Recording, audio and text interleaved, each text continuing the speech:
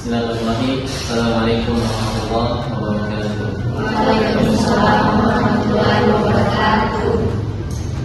Alhamdulillahirabbil alamin. Allahumma shalli ala sayyidina Muhammad wa ba'd. Teman-teman sekalian, apa kabar hari ini? Sehat? Alhamdulillah. Ya. Hari ini kita sudah berada di pertemuan kedua dengan materi sumber ajaran agama Islam. Namun sebelum saya lanjut ke materi kita hari ini, saya mau mereview atau mengingatkan kembali pembelajaran minggu lalu, ya. Ada yang tahu minggu lalu itu materinya terkait dengan hakikat agama Islam. Ya. Ada yang tahu apa itu agama? Ada? Ada? Apa itu agama? Tangannya? Ya. Ya. Agama adalah suatu kepercayaan yang mengatur hubungan sama Tuhan atau manusia. Oke. Jadi agama adalah mengatur hubungan manusia dengan Tuhannya. Ya. Jadi orang yang beragama itu artinya orang yang mempunyai kepercayaan, ya, sama siapa dia menyembah. Jadi orang beragama itu artinya orang yang mempunyai sesembahan, orang yang mempunyai Tuhan, ya kan? Ya. Kemudian di sini ada apa itu agama? Iya. Agama itu berasal dari bahasa Sanskerta, yaitu huruf A yang artinya tidak, dan kata agama yang artinya kaca. Jadi secara umum agama itu dapat diartikan sebagai sebuah sistem kepercayaan. Artinya ini bahwa orang yang beragama itu adalah orang yang tidak menyukai namanya kekacauan, ya kan? Ya, jadi sebenarnya dari bahasa Sanskerta itu dari huruf A diartikan tidak, kemudian agama diartikan kacau. Ya, ini dipunya dari segi bahasa, ya. Ya, bahasa Sanskerta. Jadi orang yang beragama dari tinjauan bahasa Sanskerta adalah orang yang tidak menyukai kekacauan, tapi suka dengan kedamaian, apapun itu agamanya, ya kan? Nah, oke, dari sini ada apa itu agama? Ya, silakan. Jadi agama itu bisa diartikan sebagai sistem kepercayaan yang memang bisa mengatur tata cara hidup manusia. Oke.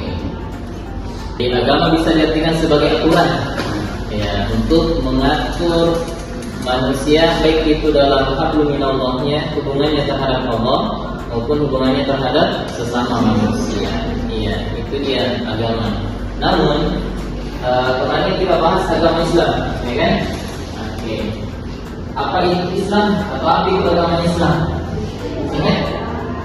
Masih ingat apa itu agama Islam? Ada yang bisa? Oke. Ya, silakan.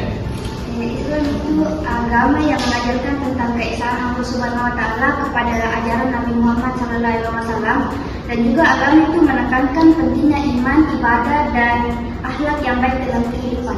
Oke, jadi agama Islam itu artinya mengesahkan Allah Subhanahu wa taala. Ya, makanya Nabi salah satu diutus tujuannya untuk mengesahkan Tuhan, mengesahkan Allah dengan kalimat la ilaha illallah Muhammadur Rasulullah. Ya, tidak ada Tuhan selain Allah. Muhammad adalah Rasul. Kemudian Islam itu apa? Ya. Islam itu apa ya? Anda sudah berjumpa ya? Islam itu ya malu-malu ini. Apa itu? Ya? Islam itu apa? Berserah diri. Iya, apa lagi? Selain berserah diri apa lagi? Tunduk, ya, patuh, taat, ya. Jadi kita sebagai orang yang beragama mestinya atau wajibnya harus patuh taat tunduk pada agama yang kita anut. Ya, kalau misalnya kita beragama Islam, maka harus tunduk pada Allah Subhanahu wa taala. Ya kan? Kalau kita beragama di luar daripada Islam, maka kita patuh terhadap apa yang kita yakini kan, sesuai dengan keyakinan kita. Oke, kita ke materi hari ini. Nama sebelumnya saya absen dulu ya. Tadi ini kita kami tangani ada Maria Tri Imai Imam Wirata sampai mana?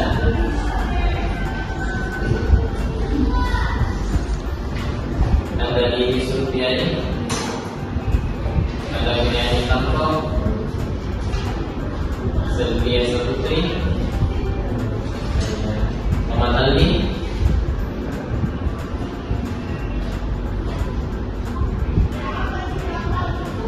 Abdul Marfui, kemudian Muhammad Sufifi, ya. Oke. Sekarang kita lanjut ke materi kita hari ini terkait dengan sumber ajaran agama Islam. Ya. Oke. Ini dia yang kita mau capai ada, yaitu mahasiswa mampu menerapkan sumber ajaran agama Islam. Yang ini kita bahas hari ini ada juga dokumennya, yaitu ada pengertian Al-Quran, ya, ada cara Al-Quran dibacakan, ada bukti kebenaran Al-Quran, ada pengertian Sunnah, ya, fungsi, ada macam-macam, ada pengertian ijtihad, dasar hukumnya, kemudian fungsi ijtihad dan macam-macam ijtihad. Oke, kita langsung.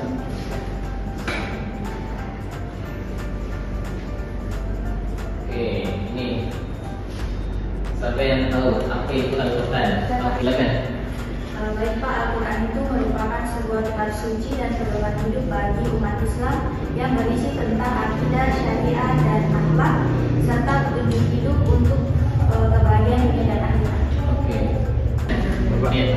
Al-Quran itu adalah kitab suci utama dalam agama Islam yang diyakini oleh umat Muslim sebagai firman Allah yang diturunkan kepada Nabi Muhammad SAW melalui perantara malaikat Jibril. Oke, sudah benar ya bahwa Al-Quran itu adalah kitab suci dari Allah Subhanahu wa taala yang diturunkan kepada Nabi Muhammad melalui perantara malaikat Jibril yang diperuntukkan kepada umatnya. Tujuannya apa? Sebagai pedoman hidup. Ya. Jadi Al-Quran itu bukan dijadikan sebagai pajangan, ya, bukan dijadikan sebagai hiasan, tapi dijadikan sebagai pedoman hidup. Caranya gimana? Baca, ya, dibaca. Ya. Tadi saya sampaikan bahwa Al-Quran itu tidak hanya sampai tahu dibaca, kemudian tahu artinya, tapi harus dikaji, kemudian diamalkan. Ya, diamalkan ya, diamalkan supaya betul-betul menjadi pedoman hidup. Ya, oke. Al-Quran itu kitab suci umat Islam yang diyakini sebagai wahyu dari Allah Subhanahu wa taala. Al-Quran adalah kitab suci yang diyakini sebagai wahyu dari Allah Subhanahu wa taala. Oke. Jadi Al-Quran itu adalah kitab suci yang diturunkan oleh Allah kepada Nabi Muhammad melalui perantara malaikat Jibril, kemudian disampaikan kepada Nabi Muhammad SAW, ya kan? Kemudian Al-Quran ini diturunkan kepada Nabi Muhammad SAW, kemudian diperuntukkan untuk umatnya. Sampai umatnya, kita ini semua umatnya. Ya, kita semuanya adalah umatnya. Oke. Jadi bukan hanya sebagai mukjizat yang ini, tapi harus dijadikan sebagai bacaan, ya. Jadi Al-Quran ini harus dijadikan sebagai bacaan. Itu adalah kalamullah. Kalamullah itu apa? Perkataan Allah, ya. Kalamullah sebagai mukjizat, ya, yang diberikan kepada siapa? Nabi Muhammad, ya. Nabi Muhammad sallallahu alaihi wasallam, Nabi sekaligus sebagai Rasul, ya, yang biasa digelar dengan Al-Amin, ya kan? Kemudian melalui perantara malaikat Jibril alaihissalam, kemudian ditulis dalam mushaf, yang kita kenal sekarang dengan Al-Quran. Ya, jadi bukan dalam bentuk Al-Quran atau ditulis dalam bentuk Al-Quran. Ya, kemudian ya, terpelihara dalam manusia. Ya, kemudian disampaikan secara mutawatir. Kemudian siapa yang membacanya diberikan nilai pahala. Oke. Kemudian dimulai dari surah Al-Fatihah dan diakhiri dengan surah An-Nas. Ya, itu Al-Quran, ya. Jadi saya kembali bahwa Al-Quran adalah kalamullah yang diturunkan kepada Nabi Muhammad SAW melalui perantara malaikat Jibril sebagai mukjizat, ya.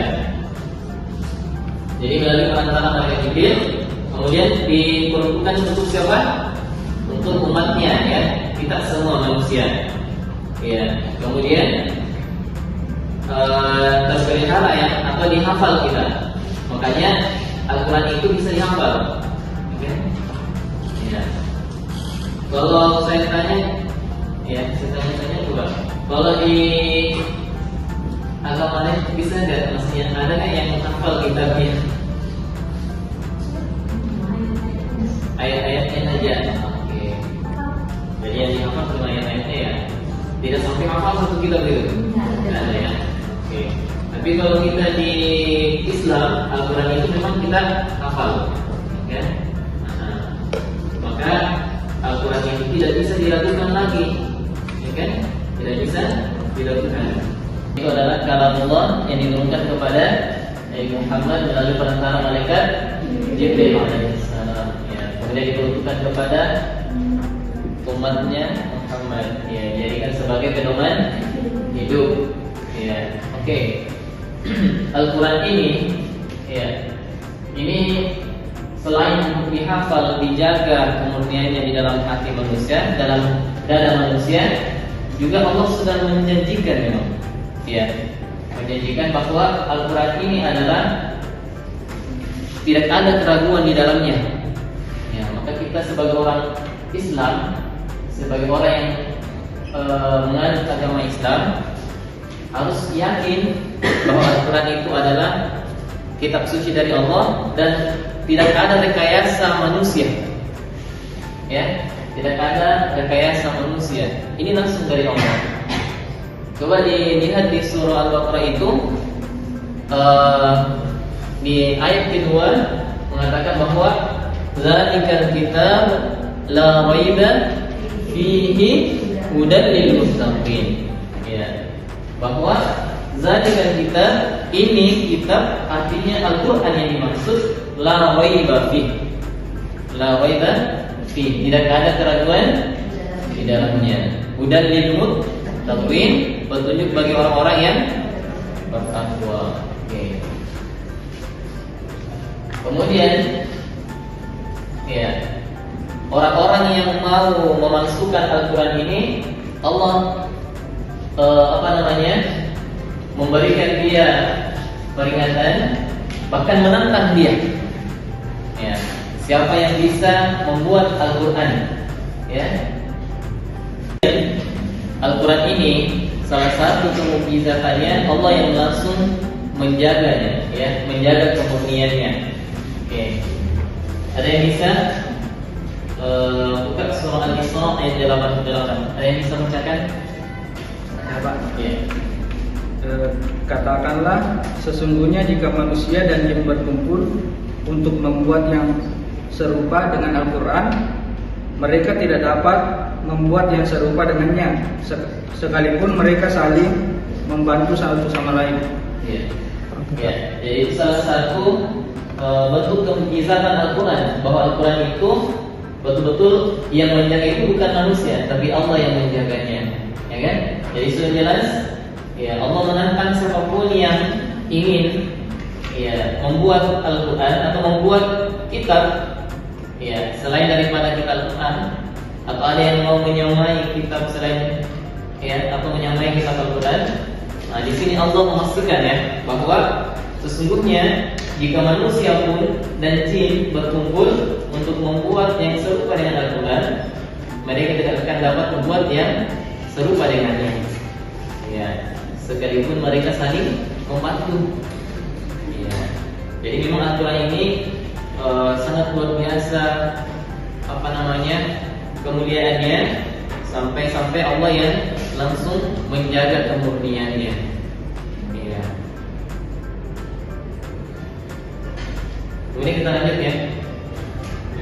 Selanjutnya yaitu bagaimana cara Al-Quran diwahyukan.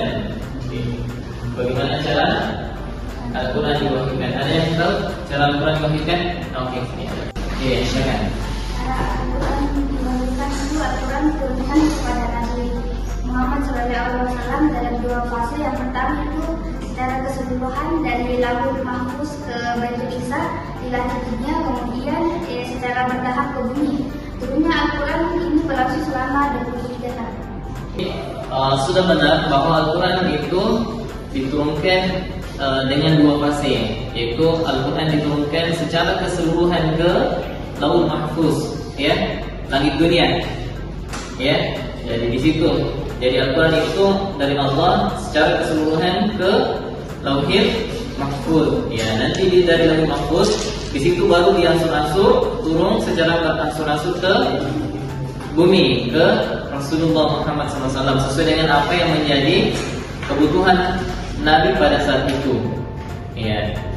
Jadi fase keduanya itu dari Lauhul Mahfuz ke dunia, ya, atau ke Rasulullah.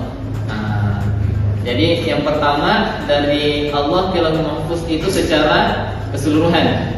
Nanti dari Lauhul Mahfuz ke Rasulullah itu secara berangsur-angsur yang disampaikan oleh malaikat Jibril alaihissalam. Seperti itu. Silakan. Oke. Al-Quran diturunkan dengan dua cara. Yang pertama, penurunannya yang pertama secara keseluruhan, yaitu dari Allah Subhanahu Wa Taala ke Lauhul Mahfuz. Al-Quran pertama kali diturunkan secara utuh dan lengkap ke Lauhul Mahfuz. Dan cara kedua yaitu penurunan berangsur-angsur dari Lauhul Mahfuz ke hati Nabi Muhammad SAW melalui perantara malaikat Jibril. Proses ini berlangsung selama kurang lebih 23 tahun, yaitu 13 tahun di Mekah, yaitu periode Makkiyah, dan 10 tahun di Madinah, periode Madaniyah. Bahwa Al-Quran itu dua fase ya. Jadi ada dari Allah ke Lauhul Mahfuz itu secara keseluruhan, kemudian dari Lauhul Mahfuz ke Muhammad SAW, ke Nabi Muhammad SAW itu dengan cara berangsur-angsur yang disampaikan oleh malaikat Jibril. Itu sama yang disampaikan bahwa 13 tahun di Makkah, ya, yang dikenal dengan periode Makkah atau biasa disebut dengan ayat Makkiyah, ya. Kemudian 10 tahunnya berapa tadi?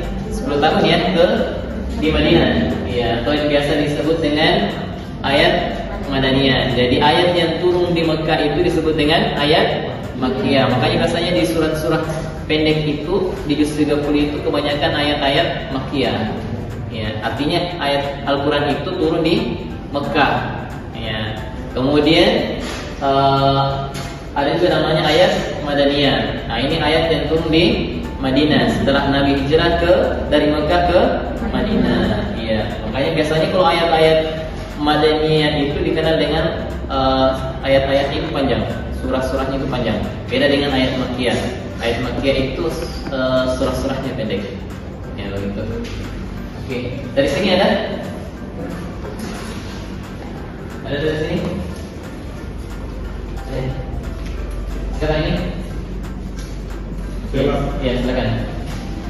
Baik, terima kasih. Jadi menurut saya mengenai bagaimana cara Al-Quran diwahyukan itu Pak, sebenarnya dari jawaban teman-teman tadi sudah memenuhi semua yang bisa saya tarik di sini. Jadi Al-Quran itu diwahyukan oleh kepada Nabi Muhammad melalui malaikat Jibril, atau dengan cara dihafal, diajarkan, dan akhirnya ditulis dalam bentuk kitab. Mungkin itu poinnya yang bisa saya dapat tadi Pak. Oke, baik. Al-Quran juga biasa turun dengan cara mereka langsung menampakkan dirinya dalam bentuk aslinya, ya, dalam bentuk aslinya. Jadi tidak berupa seorang laki-laki, ya, tapi langsung menampakkan wujud aslinya. Jadi terkadang malaikat itu langsung menampakkan wujud aslinya dalam menyampaikan wahyu kepada Rasulullah Muhammad SAW. Ini bisa kita lihat di surah An-Najm ayat 13 sampai 14. Oke, baik. Sampai sini paham ya? Ada yang ditanyakan? Iya.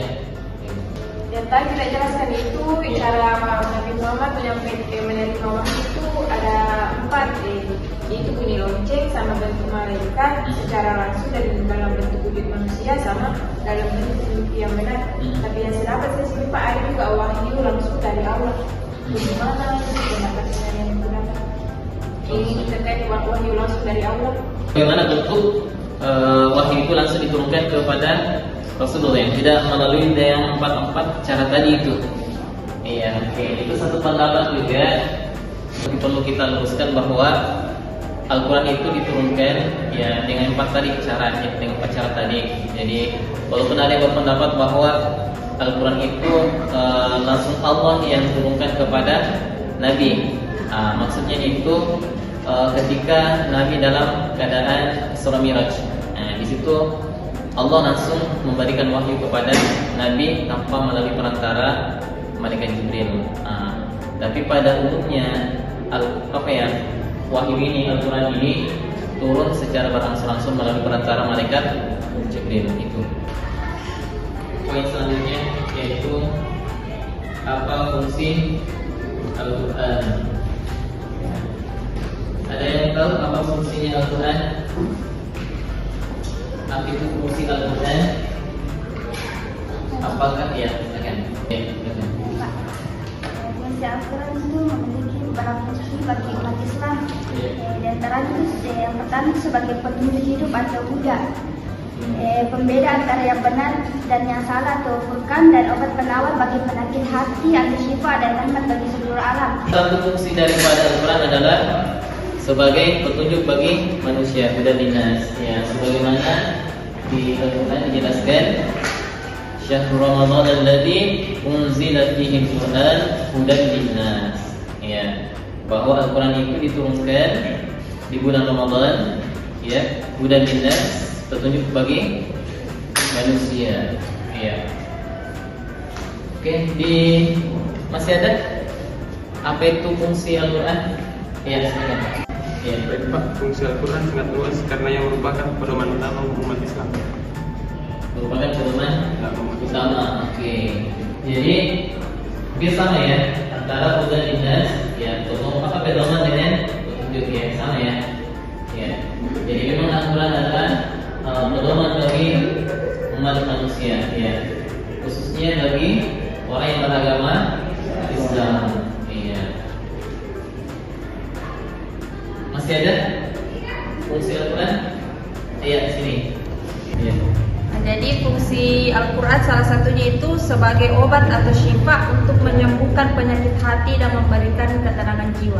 Oke, atau penawar, atau biasa disebut dengan syifa.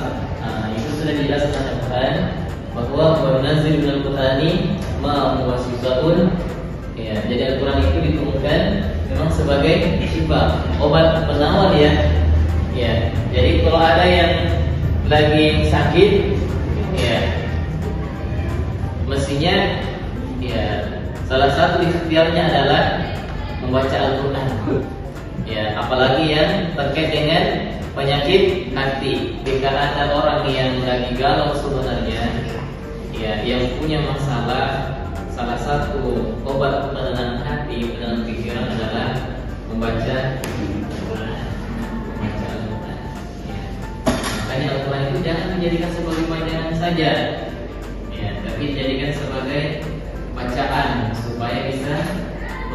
mengobati penyakit yang ada dalam tubuh kita.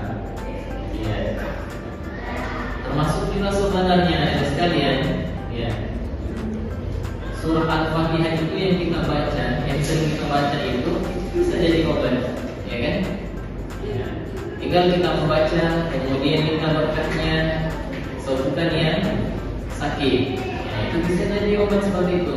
Tapi tergantung daripada tingkat keyakinannya kita. Nah, ini yang jadi masalah. Terkadang kita lebih percaya kepada orang-orang yang ini, ya, super pintar ceritanya, yang pintar-pintar, ya, sampai kita melupakan bahwa ternyata kitab kita Al-Quran itu adalah obat.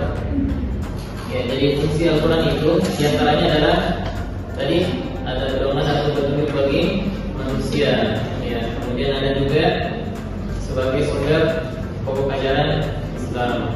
Jadi untuk belajar Islam harus tahu terkait dengan Al-Quran, harus sekali Al-Quran. Kemudian ada ini pembelajaran bagi manusia, ya, untuk pengajaran bagi manusia. Kita lanjut ke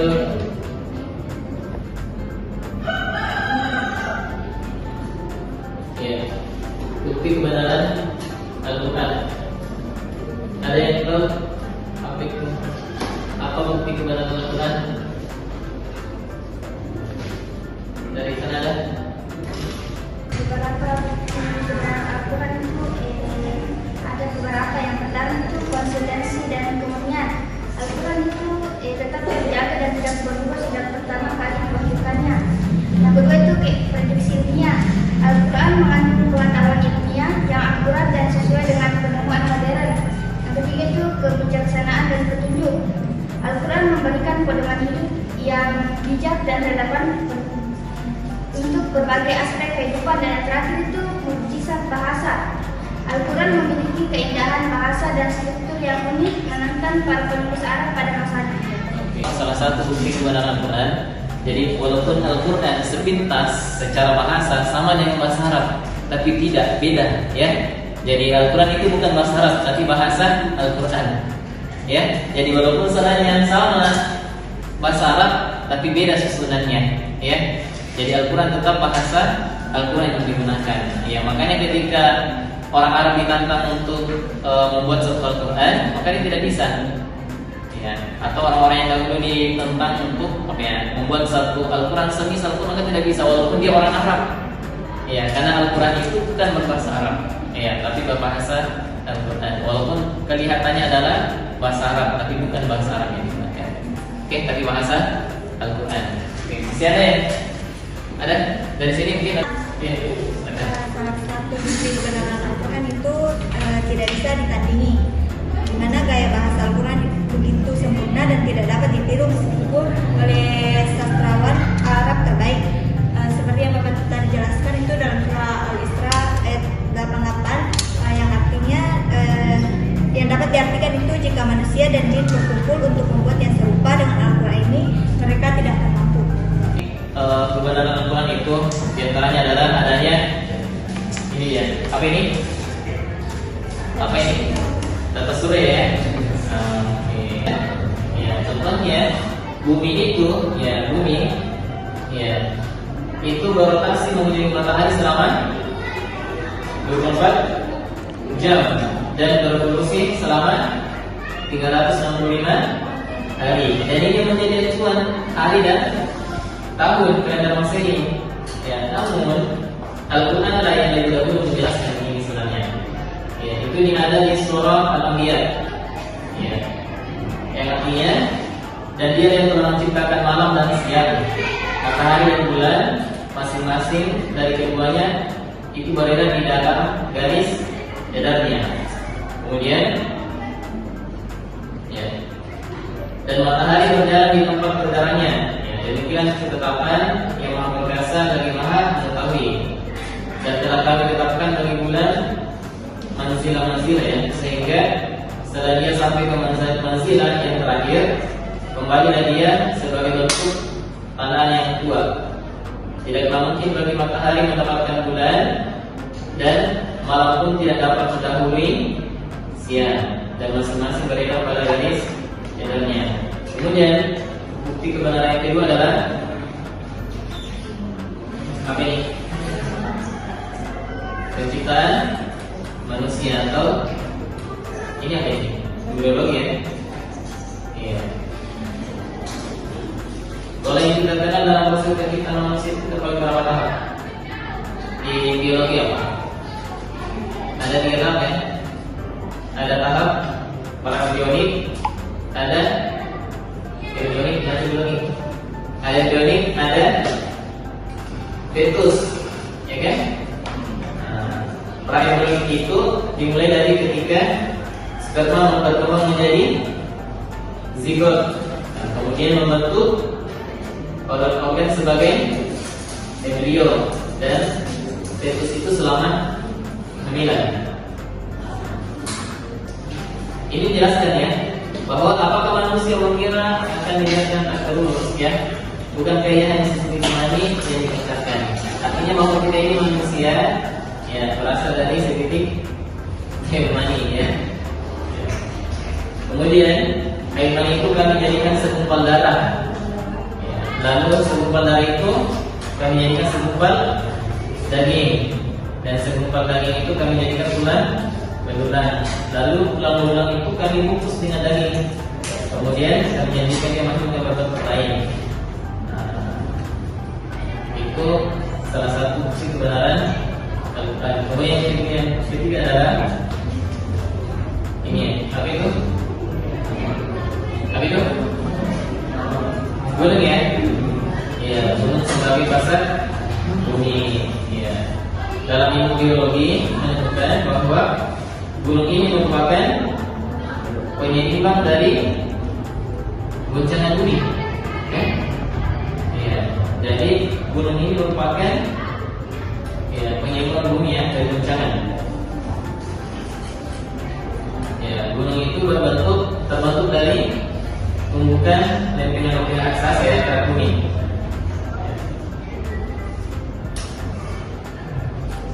Namun fungsi gunung ini bagi bumi telah dari dulu dipaparkan dalam Al-Quran ya. Itu bisa kita lihat di surah Al-Anbiya. Ya. Dan telah kami jadikan di bumi itu gunung-gunung ya, yang kokoh supaya supaya bumi itu tidak goncang bersama mereka. Dan telah kami jadikan pula di bumi itu jalan-jalan yang luas agar mereka mendapat petunjuk. Ya. Kemudian di surah lain dijelaskan bahwa bukankah kami telah menjadikan bumi itu sebagai hamparan dan gunung sebagai masaknya. Ya. Ini penjelasan terkait dengan bukti kebenaran Al-Quran. Sampai di sini ada pertanyaan? Ya, kalau sudah tidak ada, ya sekira untuk pertemuan kita hari ini sudah cukup. Ya, nanti minggu depan kita lanjut dengan materi sumber penjelasan Islam yang kedua, yaitu al-hadis atau as-sunnah, dan masih ada yang satu lagi yang lainnya yaitu ijtihad. Jadi masalah dua yaitu sunnah atau hadis atau dan ijtihad. Ya, sunnah itu ya biasa dikatakan semua perkataan Nabi, ya kan, tingkah laku Nabi, ketetapan Nabi itu adalah sunnah. Ya, ini nanti kita bahas minggu depannya sebagai lanjutan daripada materi kita. Kemudian juga ada ijtihad. Ya, kesepakatan para ulama. Ya. Jadi ada 3 sumber ajaran agama Islam. Tadi kita sudah selesaikan satu yaitu Al-Quran. Kemudian kita lanjutkan ke depan yaitu as-sunnah dengan ijtihad. Oke. Sebagai tugas, ya silakan dicari materi kita selanjutnya yaitu terkait dengan apa tadi? Sunnah dan ijtihad, supaya ada bahan materi kita diskusi untuk pertemuan selanjutnya. Ya, sekiranya cukup untuk pertemuan hari ini. Terima kasih sudah hadir. Terima kasih atas perhatiannya. Mohon maaf atas segala kekurangan. Subhanallah wa bihamdik, asyhadu an la ilaha illa anta, astaghfiruka wa atubu ilaik. Assalamualaikum warahmatullahi wabarakatuh. Waalaikumsalam.